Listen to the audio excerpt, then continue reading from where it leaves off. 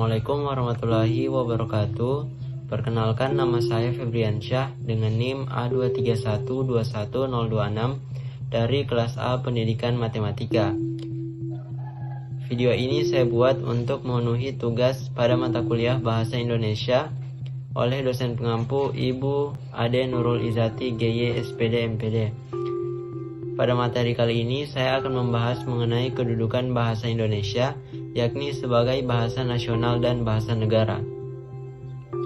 Dalam hal ini, bahasa Indonesia mempunyai dua kedudukan, yaitu sebagai bahasa nasional dan bahasa negara, yang dimana kedudukan bahasa itu adalah status relatif bangsa sebagai sistem lambang nilai budaya yang dirumuskan atas dasar nilai sosial yang dikaitkan dengan bahasa yang bersangkutan. Adapun dua kedudukan bahasa Indonesia itu yang pertama, bahasa Indonesia sebagai bahasa nasional. Di dalam kedudukannya sebagai bahasa nasional, fungsi bahasa Indonesia adalah sebagai lambang kebanggaan, kebangsaan, identitas nasional, alat perhubungan antar warga, antar daerah dan antar budaya, serta alat pemersatu suku, budaya dan bahasa di Nusantara. Jadi kesimpulannya, kedudukan bahasa Indonesia sebagai bahasa nasional adalah merupakan bahasa yang digunakan oleh rakyat Indonesia itu sendiri. Contohnya, yang pertama, dalam suatu pengumuman, baik pengumuman lomba maupun pengumuman penting lainnya, digunakannya bahasa Indonesia agar pembaca dan pendengar dapat mengerti maksud dan informasi dari penyampaian tersebut. Contoh yang kedua, di suatu tempat penjualan, misalnya rumah makan, para penjualnya tetap menggunakan bahasa Indonesia ketika akan melayani konsumennya.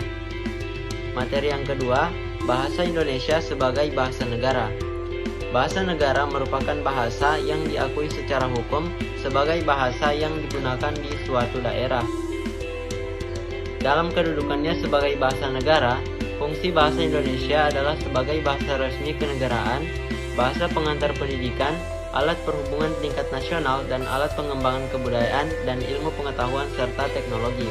Jadi kesimpulannya, bahasa Indonesia sebagai bahasa negara merupakan bahasa yang diakui oleh negara lain bahwasannya bahasa itu merupakan bahasa dari negara Indonesia. Contohnya, yang pertama, misalnya imigran dari Cina yang datang ke Indonesia, mereka akan belajar bahasa Indonesia. Dan bila mereka sudah bisa berbahasa Indonesia, mereka akan menggunakannya.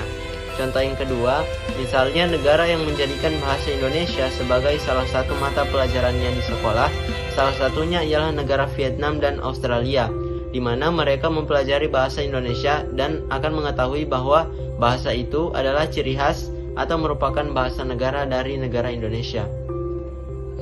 Materi yang selanjutnya yaitu fungsi bahasa.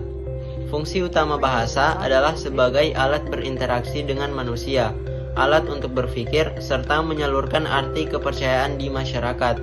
Selain sebagai alat komunikasi maupun berinteraksi, bahasa juga memiliki arti penting sebagai metode pembelajaran pada lingkup bahasa itu sendiri. Adapun beberapa fungsi bahasa yang dapat dijabarkan, antara lain, yang pertama, sebagai alat untuk menyatakan ekspresi diri. Yang kedua, sebagai alat komunikasi. Yang ketiga, sebagai alat mengadakan integrasi dan adaptasi sosial. Dan yang keempat, sebagai alat untuk mengadakan kontrol sosial. Demikian materi dan pembahasan yang telah saya sampaikan. Terima kasih telah menyaksikan video ini dan semoga bisa bermanfaat dan menambah wawasan bagi pemirsa sekalian. Saya akhiri, wassalamualaikum warahmatullahi wabarakatuh.